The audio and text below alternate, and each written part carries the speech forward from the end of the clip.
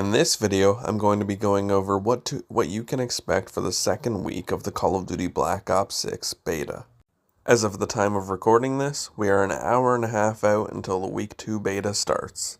During the first week of the closed beta for Black Ops 6, you could only reach level 20, but in the second week, you get to reach level 30, so I'm going to be going over the new perks, score streaks, and weapons, as well as some of the nerfs and changes that Treyarch has announced on their Twitter account. I'm going to be starting things off by talking about the maps. We're getting 2 new maps, one core mosh pit map and one strike map. The core map coming to the second week is Babylon, and we saw some gameplay of that during Call of Duty Next. Seems like a pretty fast-paced match, and I've heard people compare it to Shipment with how the middle area opens up to all 4 sides. The map looks pretty cool, looks like it plays pretty well, although I have heard that the spawns on the map are pretty horrendous because of how fast-paced it is. The strike map that we are getting is called Stakeout, and judging by these pictures, this map looks so tiny. Like, this looks smaller than Shipment. I can just imagine how crazy this game's gonna be. Hectic, mindless gameplay, that classic Call of Duty feeling. I'm stoked to try out Stakeout for the first time. Now that's all for the 2 new maps coming to the Black Ops 6 beta. Now let's head over to the weapons that will be able to be unlocked. Starting at level 25, you'll be able to unlock the DM-10 Marksman Rifle. It looks to have a crazy sniper scope on it, so I'm excited to see how this plays, if it's better than a sniper rifle. And then at level 30, you'll be able to unlock the Tonto SMG.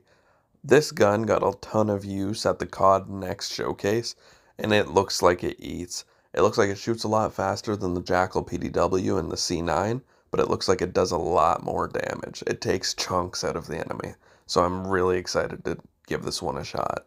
Those are the 2 new weapons that will be able to be unlocked for the second week of the Black Ops 6 beta. Now let's check out the new score streaks.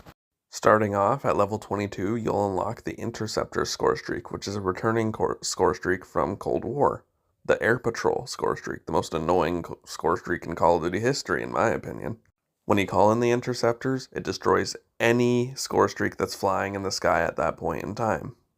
And as you saw there, the Chopper Gunner is returning, a Black Ops classic. You'll be able to unlock that one at level 29, and I personally am excited to post my first gameplay getting a Chopper Gunner.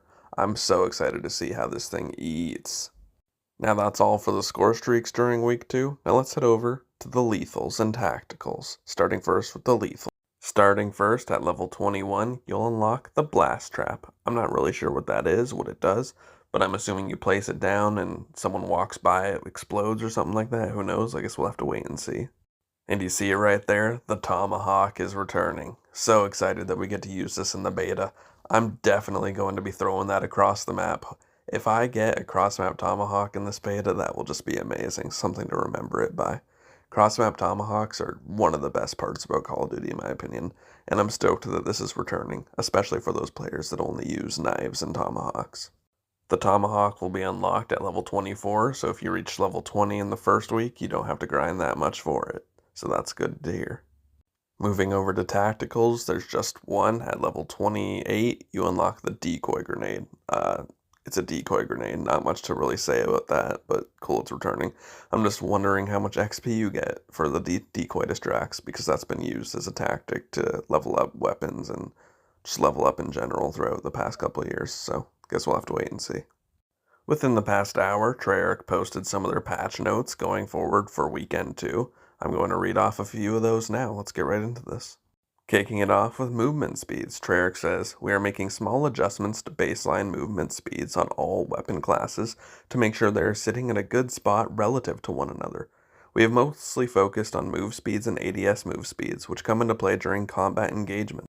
Now, what does this mean? Well, I'll tell you.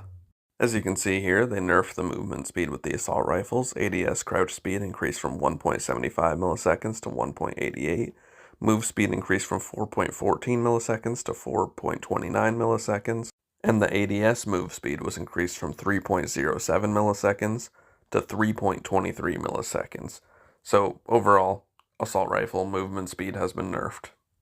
And the same can be said for most of the weapon classes in this game. I'm going to be going over some more of the movement nerfs. Now moving on to the SMGs, there was just a nerf to the crouch speed.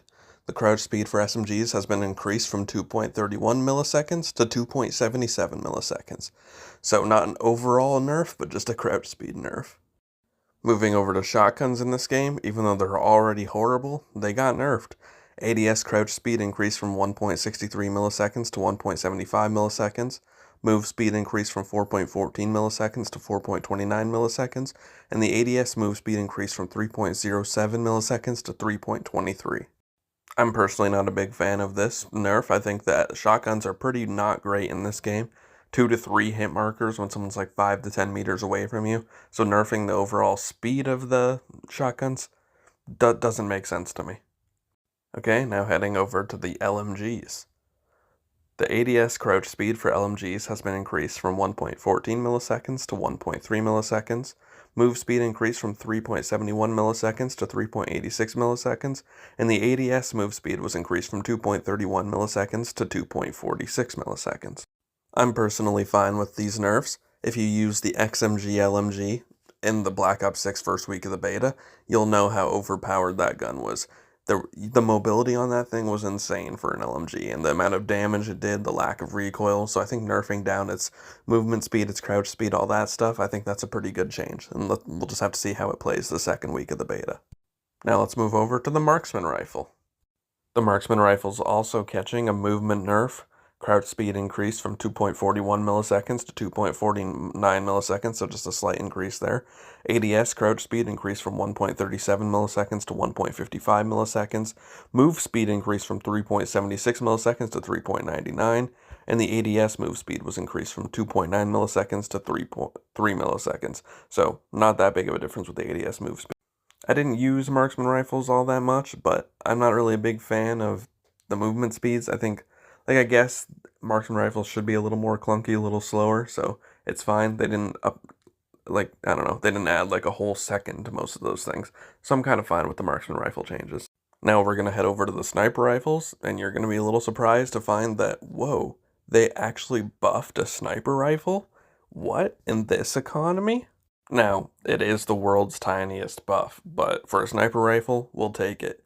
Crouch speed decreased from 2.41 milliseconds to 2.31 milliseconds. So we get 0.10 milliseconds of a faster crouch speed, which I'll take it. Any buff on a sniper rifle, even that small, kind of unheard of nowadays. They tend to just nerf the hell out of sniper rifles, so a faster crouch speed, I'll take that. And now we'll be moving on to the pistols. Crouch speed decreased from 2.9 milliseconds to 2.84 milliseconds. ADS crouch speed increased from 1.88 milliseconds to 2.24 milliseconds. Move speed increased from 4.47 milliseconds to 4.52 milliseconds, and ADS move speed decreased from 3.94 milliseconds to 3.81 milliseconds. You have 2 nerfs, you have 2 buffs to the pistols, so they're kind of just balancing things out, making it better to play with, so I'm a fan of that. The pistols seem kind of rough in some areas, seem kind of OP in others, so probably a much needed balance. And lastly, we have launchers and the melee. The launcher's crouch speed got a buff, decreased from 2.44 milliseconds down to 2.18 milliseconds, so that's good. And across the board, a bunch of nerfs for the melee, which makes no sense. Haven't seen much people using it, and when I do, they're not doing too great, so sorry if you're a knife user. You have the crouch speed increased, jog speed increased, sprint speed increased, super sprint speed increased, and movement speed increased, so brutal out here if you're a knife user, sorry about that. Now, moving on to weapon nerfs, this is the moment we've all been waiting for. The Jackal PDW got nerfed. Decreased maximum damage range, decreased maximum damage range from 1524 to 1461. Decreased near medium range, decreased medium range, decreased minimum damage, small increase to view kick strength and view kick deviation, and the headshot multiplier for one of the attachments went down. So it seems we'll be able to play weekend 2 of the beta without seeing the Jackal PDW in the kill feed for the entire time, so that's amazing. The C9 got a buff, even though it's pretty much as good as the Jackal PDW. Now it has increased medium damage range from 25.4 mil to 27.3. So, hey, the C9 is going to be as dominant as it was in the first week, if not better. Going over to the SWAT 556, got a tiny buff where it disables burst fire queuing, which is when it shoots 2 bursts if you click the button twice on accident, so that's good. Now let's move over to some bug fixes, score streak buffs, nerfs, all that fun stuff. The rapid fire attachment now correctly displays its recoil penalty con. Previously it only showed a plus, where you get more rapid fire, of course. But, just a quick little bug fix there, so that's good. Now moving over to score streak fixes. They improved the handling and general usability of the RCXD, which is great, because that thing moved like peanut butter and jam sandwich. It was horrible to drive. They increased the base health of the Watchdog Helo, which I personally like. If you have an LMG, that thing goes by in an instant. And with the Hellstorm, they increased the cluster bomb damage radius, which is a must because this is the highest kill streak in the first week of the beta, so it's good that it's actually useful now. And there's one small change to the lethal equipment in the game. For the thermo grenade, they reduced the explosive ignition delay, so it blows up faster, which is a good change in my opinion. That thing takes a decade to explode. I hope that they fix the Semtex where they take a 1 second longer to blow up, but I guess not. Now going over to spawns, which was a pretty decent issue in the first week of the beta. Says they've adjusted general spawn logic to enable additional valid spawns under certain scenarios so you won't get totally spawn trapped. And they also adjusted spawn logic across several maps with the goal of reducing a high frequency of spawn flipping. The amount of times where you're on a good streak and then the spawn flip and there's some dude behind you just kind of sucked. So that's a good change. Of course, this is going to be a change that they need to keep doing over time. They'll get it fixed eventually. Now on to some movement buffs. If you hate movement gods, you're going to hate this. Slight increase to the time to enter prone or supine during a slide. Slight increase to all mantle speeds, which was honestly really needed. The mantling speed is so slow. Slight decrease to time before movement is allowed after landing from a dive to prone, and slight increase to dive to prone landing friction. So overall, just a big buff to the movement speed, gonna make the game flow a lot faster, which I personally really enjoy. I know a lot of people are gonna feel a certain way about that though. There were a lot of people complaining about how bad the audio was in the first week of the beta, so they fixed it all around. You can take your time, pause it, and read all of this if you'd like, but overall pretty good. Now, one of the bigger issues for week 1 of the beta was the server stability, and it seems as if they fixed that. Improved general server side stability. We're going to have to wait and see how that plays. Hopefully, though, this means no more packet bursts for everyone, because that was getting kind of brutal. Now that's about it for all the buffs and the nerfs, all that stuff, the bug fixes, everything for week 2 of the beta. Last thing I'm going to be talking about is the rewards that you can get in week 2 of the beta that you couldn't get during week 1 because they were level locked. If you already played the first beta and you got to level 20, you have the No Bugs charm, the beta tag spray, the quick draw emote, and the squish squash operator skin. But for week 2, now that the level is increased to level 30, you can unlock the Truth Lies loading screen at level 23, the beta expert animated calling card at 27, and the Bug Smasher XM4 blueprint at level 30.